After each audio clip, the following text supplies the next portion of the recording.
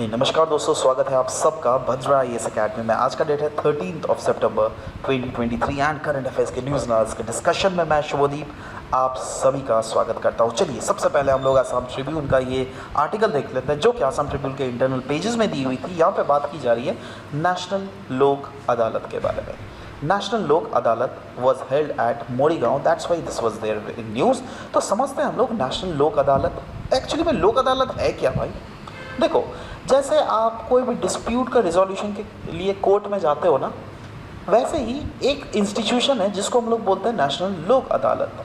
तो ये भी एक कोर्ट के तरह ही काम करता है। मतलब इनडायरेक्टली अगर आपकी कुछ डिस्प्यूट है ना, तो आप कुछ पैनल ऑफ जजेस बैठेंगे काइंड ऑफ, है ना, और वो आपको जो डिस्प्यूट है उसको रिड्रेस करेंगे।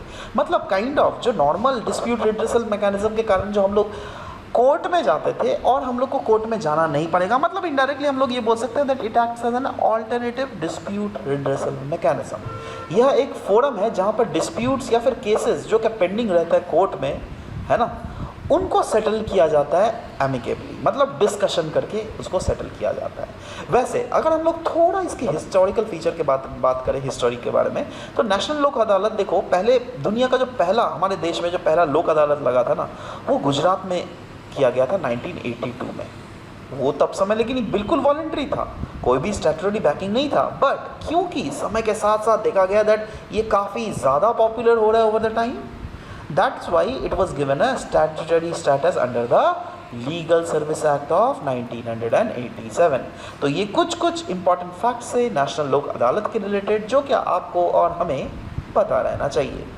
नेक्स्ट हम लोग बात करेंगे यहाँ पे विद्या समीक्षा केंद्र के बारे में। क्यों न्यूज़ में था? क्योंकि मिनिस्ट्री ऑफ एजुकेशन अर्ज कर रही है स्टेट को दैट प्लीज़ आप लोग इस्टेब्लिश कीजिए विद्या समीक्षा केंद्र, जो क्या एक्ट करेगी as a data repository under the national digital educational architecture. तो ये डेटा रिपोजिटरी मतलब ये क्या करेगी भाई? देखो, ये एक ऐसा सेंटर रहेगा ना जहाँ पे एजुकेशनल स्कीम्स जो क्या मिनिस्ट्रीज़ के द्वारा चलाई जा रही है, for example mid day meal ले लो, टीचर ट्रेनिंग प्रोग्राम ले लो, textbook content, school attendance, school का लर्निंग आउटकम्स क्या हो रहा है, ओवरऑल परफॉर्मेंस ग्रेडिंग क्या किया जा रहा है, हर एक डेटा को एक जगह में इकट्ठा किया जाएगा इन दिस विद्या समीक्षा केंद्र। और करंटली अगर देख लीजिएगा, यस, इसको मैनेज किया जाता है अर्न्स्ट एंड यंग्स नाम की एक कंपनी है जो क्या एक अपना सॉफ्टवेयर जिसका नाम है सी क्यूब, उसके थ्रू इसको मैनेज कर रही है। और कहीं ना कहीं ये जो इन ऑब्जेक्टिव, ये ऑब्जेक्टिव ही कितने नॉबल है वो देखो ना, दैट ये अलाइन कर रही है with the national education policy of 2020 जो क्या एम कर रही है to make data open source. देखो, ज़्यादा डेटा मिलेगा ना तो it will becoming very much easier for the government to actually act on to it. For example अगर सोचो एक जोरहाट, या फिर सोचो गुवाहाटी, या फिर सोचो नौगांव, कहीं का जो आपके पास वहाँ के स्कूल्स का अगर डेटा है, क्या आप उसको एनालाइज नहीं कर सकते हो?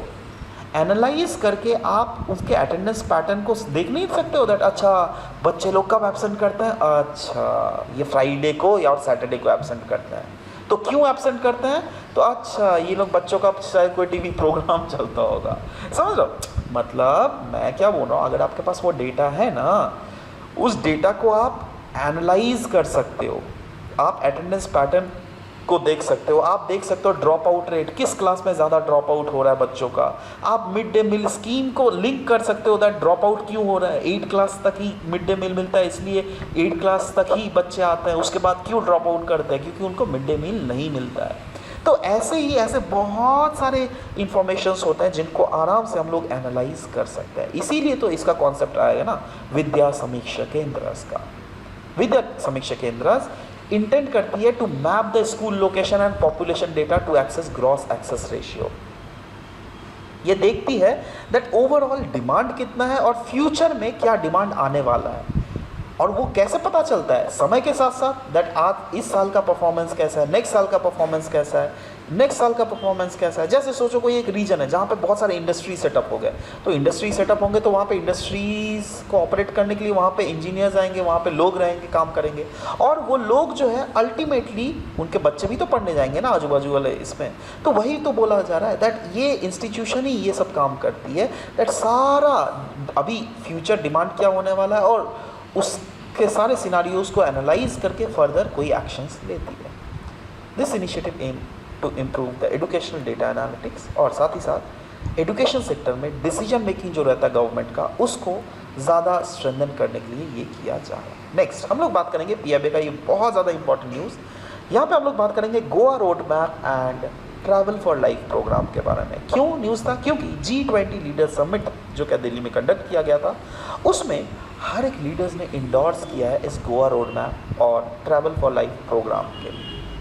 अच्छा, गोवा रोड मैप की बात करें या फिर ट्रैवल फॉर लाइफ प्रोग्राम की बात करें, दोनों का एम पता है क्या है? दोनों का एम एक ही है, और टूरिज्म सेक्टर को कैसे बूस्टअप किया जा सके। सो यस, क्योंकि G20 का प्रेसिडेंसी इस साल इंडिया संभाल रही थी, इसीलिए एम्फसाइज था the pivotal role of tourism in sustainable socio economic development. और इसके लिए 5 प्रायोरिटी एरियाज देखे गए टूरिज्म में, और वो प्रायोरिटीज एरियाज कौन थे? ग्रीन टूरिज्म या फिर इको टूरिज्म हम इसको बोल सकते हैं, right. Next is digitisation, tourism के जो वेरियस रिकॉर्ड्स हो क्यों ना उसको डिजिटाइज किया जा सके, है ना। स्किल्स, जैसे आप सोचो, जैसे कोई काजीरंगा में टूरिस्ट आए, राइट, तो उनको अगेन माल को बेचना भी तो पड़ेगा ना। आप सिंपली दुकान अगर लगा के नहीं रख सकते हो, उसको बेचना भी आपको आना चाहिए, तब वो चीज़ आपका बिकेगा। समझ रहे हो बात? तो वही बोला गया, स्किल्स सिखाना। टूरिज्म MSMEs जो होते हैं, micro medium and small enterprises, उसको कैसे प्रमोट करना, ओवरऑल डेस्टिनेशन मैनेज कैसे किया जाए जिससे टूरिस्ट लोगों का एक्सपीरियंस जो है बहुत अच्छा हो सके, राइट। तो ये सब कुछ ऐसे एरियाज हैं जिनको फोकस की जाएगी, है ना। तो उसी से तो बोला गया Goa road map and travel for life programme. ये है क्या? यही तो काम कर रही है ये। And G20 tourism and SDG dashboard, इसके बारे में हम लोगों ने बात भी किया था, जो कि हमारे मिनिस्ट्री ऑफ टूरिज्म के द्वारा लॉन्च किया गया था in collaboration with United Nations World Tourism Organization. और ये ग्लोबल रिपोजिटरी का काम करेगी to show the best practices and case studies in the sustainable tourism from G20 nations. वैसे ही था ट्रैवल फॉर लाइफ प्रोग्राम। इसको इंस्पिरेशन मिला from the concept of lifestyle for environment, that is life, जो कि हमारे prime minister का vision भी है। ये इनडायरेक्टली पता है क्या इनकरेज करती है ट्रैवल फॉर लाइफ प्रोग्राम? ये इनकरेज करती है टूरिस्ट और टूरिस्ट बिजनेसेस जो होने चाहिए वो ऐसे होने चाहिए जिससे क्लाइमेट या फिर इन्वायरमेंट को कोई नुकसान ना पहुंचे।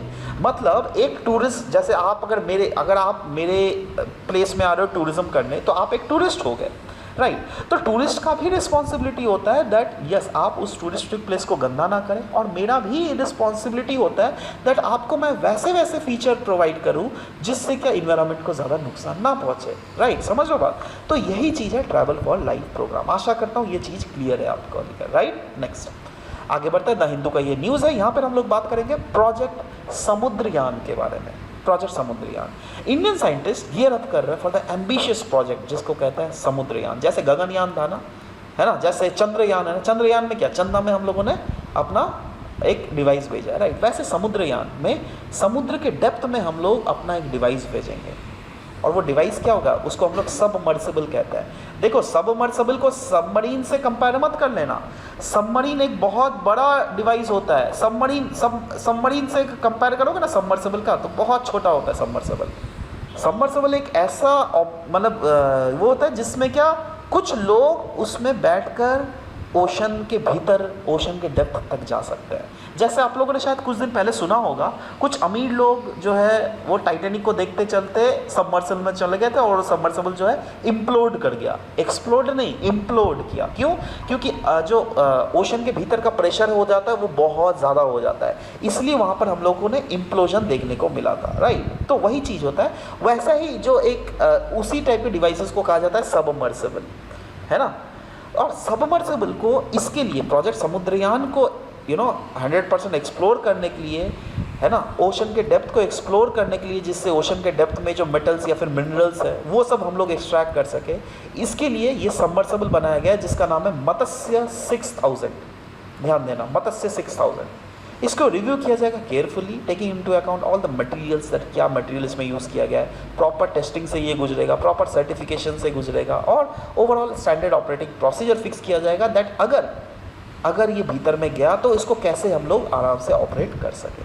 ये सबमर्सिबल का डिज़ाइन ऐसे किया गया जिससे वो ओशन के भीतर का जो प्रेशर होता है, जो क्या 600 times greater than the sea level pressure होता है, उसको भी आराम से ये सह सके जिससे ये इम्प्लोड ना कर जाए, राइट। तो ये व्हीकल को बनाया ही ऐसे गया है जिससे आराम से ऑपरेट किया जा सके कंटिन्यूसली 12 से 16 घंटा तक और 96 आवर्स तक, जिससे इसमें ऑक्सीजन की सप्लाई रहे, राइट। इसी में जब हम लोग बात कर रहे हैं और हम लोग अगर मिशन समुद्रयान के बारे में ना बात करें तो ऐसा हो ही नहीं सकता। तो मिशन समुद्रयान जो है ये पार्ट है डीप ओशन मिशन का, जिसके तहत sea trials at the depth of 500 metre को प्लान किया जा रहा है बाय द ईयर 2024 और माना जा रहा है दैट 2026 तक हम लोग 100% मिशन समुद्रयान को अचीव कर लेंगे। और बट उसके लिए हमको टेस्टिंग करना पड़ेगा ना, तो टेस्टिंग कब तक करेंगे? पहला क्वार्टर तक, यस पहला क्वार्टर, दैट इज जनवरी फरवरी मार्च के भीतर ही हम लोग कर ले। 2024 के जनवरी फरवरी मार्च के भीतर तक ही हम लोग एटलीस्ट ओशन के 500 मीटर भीतर डेप्थ में घुसकर ये सब टेस्ट कर ले। It is worth noting that only a few country has done the manned submersibles, जिसमें यूएसए, रशिया, जापान, फ्रांस और चाइना है। सिर्फ यही ऐसे कंट्रीज़ है जिन्होंने अभी तक मैन्ड सबमर्सिबल ओशन के सतह तक उतारा है। In addition to searching valuable minerals, मतलब ये काम क्या करेगी? अनडाउटेडली आप ओशन में बेड में जाकर वैल्यूबल मिनरल्स जैसे निकल, कोबाल्ट, मैंगनीज ये सब तो फाइंड आउट करेगी ही, बट साथ ही साथ देखेगी दैट ये जो हाइड्रोथर्मल वेंट्स होते हैं ना, उसमें क्या कोई बायोडाइवर्सिटी एग्जिस्ट करती है। ये सब मतलब सिर्फ एक ही काम नहीं है दैट हाँ इससे मेटल्स, पॉलीमेटालिक नोड्यूल्स को एक्सट्रैक्ट किया जाए, रादर डिफरेंट अदर काम भी है। डीप ओशन मिशन जो है ये डीप सी माइनिंग इसमें किया जाएगा थ्रू अंडर वाटर व्हीकल, जिसको हम लोग अभी देखा, मत्स्य 6000 was a very good example of it. और इसमें पॉलीमेटालिक नोड्यूल्स मतलब ये आलू के तरह का एक नोड्यूल्स रहता है, जिसमें देखो नाम से क्या पता चला, पॉलीमेटालिक मतलब एक ही जो ऑब्जेक्ट है उसमें बहुत सारे मेटल्स रहेंगे, जिसमें मैंगनीज मिलेगा आपको, निकल मिलेगा, कॉपर मिलेगा, कोबाल्ट मिलेगा। और इसको कैसे निकालेंगे? Of course deep ocean survey and exploration के थ्रू निकाला जाएगा, राइट। सो ये है डीप ओशन मिशन। नेक्स्ट हम लोग बात करेंगे न्यू सेंट्रल एम्पावर्ड कमेटी। ना न्यू क्यों बोल रहा हूँ भाई, सीधा सेंट्रल एम्पावर्ड कमेटी मैंने क्यों नहीं बोला? पहले तो हम इसके बारे में डिस्कस करते हैं। देखो न्यू इसलिए बोल रहे हैं क्योंकि एक नया कमेटी का गठन किया गया है, और ये किसके द्वारा किया गया? यूनियन इन्वायरमेंट मिनिस्ट्री के द्वारा। यूनियन इन्वायरमेंट मिनिस्ट्री ने एक नया सेंट्रली एम्पावर्ड कमेटी का गठन किया है, जो क्या रिप्लेस करता है पुराना वाला सेंट्रली एम्पावर्ड कमेटी को, है ना। अच्छा, अब इससे फ़ायदा क्या होगा? पहले क्या होता था? देखो पहले बोला जा रहा है दैट ये क्लियरली क्या रिप्लेस कर रहा है एडहॉक एक्सपर्ट। पहले वाला जो इससे फ़ायदा यही है दैट अभी जो है पहले वाला जो पैनल था ना वो एडहॉक था, दैट जब ज़रूरत पड़ता था तभी उसको हम लोग असिस्ट करते थे, और वो सुप्रीम कोर्ट को असिस्ट करता था फॉरेस्ट और इन्वायरमेंटल इश्यूज़ को से निपटारा पाने के लिए, राइट। और ये जो सेंट्रल एम्पावर्ड कमेटी पहले से था एडहॉक कमेटी, वो सिंस 2002 से ही ये काम कर रहा है ना। सवाल हो गया अचानक से नया क्यों कमेटी का सेटअप किया हम लोग? क्योंकि नया कमेटी का इसलिए सेटअप किया क्योंकि आपको पता है दैट 2023 में forest conservation amendment bill pass किया गया है, जिसमें कुछ ऐसे प्रोविजंस थे जिसके कारण ये नया सेंट्रल एम्पावर्ड कमेटी का गठन करना पड़ा। बट ये जो बिल जो पास किया गया ना, इसमें भी कुछ क्रिटिक्स है, और वो तो ये मानते हैं दैट ये कहीं ना कहीं वीक करता है existing structure of Indian forest law. क्योंकि देखो इसमें क्या है ना, पहले वाला में जो एडहॉक पैनल था ना उसमें इंडिपेंडेंट फंक्शन होता था, इम्पार्शियल जजमेंट होता था। बट अभी क्या है ना, गवर्नमेंट कुछ सिविल सर्वेंट्स को अपॉइंट करेंगी इसका new civil central empowered committee का मेंबर, है ना। अब अगर ये गवर्नमेंट के नुमाइंदे होंगे तो आप बताइए क्या ये इंडिपेंडेंट काम कर सकती है? क्या ये इम्पार्शियल जजमेंट पास कर सकती है? नहीं, राइट। और यही प्रॉब्लम है इस कमेटी का। नेक्स्ट हम लोग बात करेंगे एक रिपोर्ट के बारे में, जो क्या है global stocktake report. United Nations global stocktake report को रिलीज़ किया गया just ahead of the G20 meeting. And ये क्या है? देखो यूनाइटेड नेशंस का ग्लोबल स्टॉकटेल रिपोर्ट ये सर्व करता है as a blueprint for discussions during the conference of parties. देखो क्या है ना, 2015 में आपको पता है Paris climate agreement carry out किया गया था, जिसमें बोला गया था दैट ग्रीन हाउस को कर्व करने के लिए दुनिया क्या क्या कर रही है ना। और उसी को मद्देनजर रखते हुए तभी एक मैकेनिज्म लाया गया था जिसका नाम था ग्लोबल स्टॉकटेक, है ना। और वही ये रिपोर्ट है ग्लोबल स्टॉकटेक रिपोर्ट। ये पेरिस एग्रीमेंट के दौरान जो कि 2015 को साइन किया गया था, उसी के समय ये एक लीगली बाइंडिंग इंटरनेशनल ट्रीटी लाया गया था ऑन द क्लाइमेट चेंज, जिसको अडॉप्ट किया गया था 196 कंट्रीज़ के द्वारा। और इसका प्राइमरी गोल क्या था पता है? ग्लोबल जो एवरेज टेम्परेचर है ना, उसको प्री इंडस्ट्रियल लेवल के 2 डिग्री सेंटीग्रेड तक भी कम हम उसको लिमिट कर सके। तो ये जो पूरा मैकेनिज्म है ये इंक्लूड किया गया था ग्लोबल स्टॉकटेक के अंदर, जिसका एम यही था दैट कैसे एक्सेस किया जाए global response to the climate crisis in every 5 year. और हर 5 साल में ये एनालाइज किया जाता है और उसके बेसिस पे ये रिपोर्ट निकाला जाता है। इसीलिए ये रिपोर्ट न्यूज़ में भी था, राइट। तो आशा करता हूँ दैट अभी जो चीज़ें हम लोगों ने डिस्कस किया वो सारी चीज़ें आपको समझ में आई होंगी। So this was all about the discussion that we had for this very session. मिलते हैं आप सबके साथ नेक्स्ट सेशन में। Till then bye bye, take care and thank you guys, thank you for listening to the whole video, thank you very much.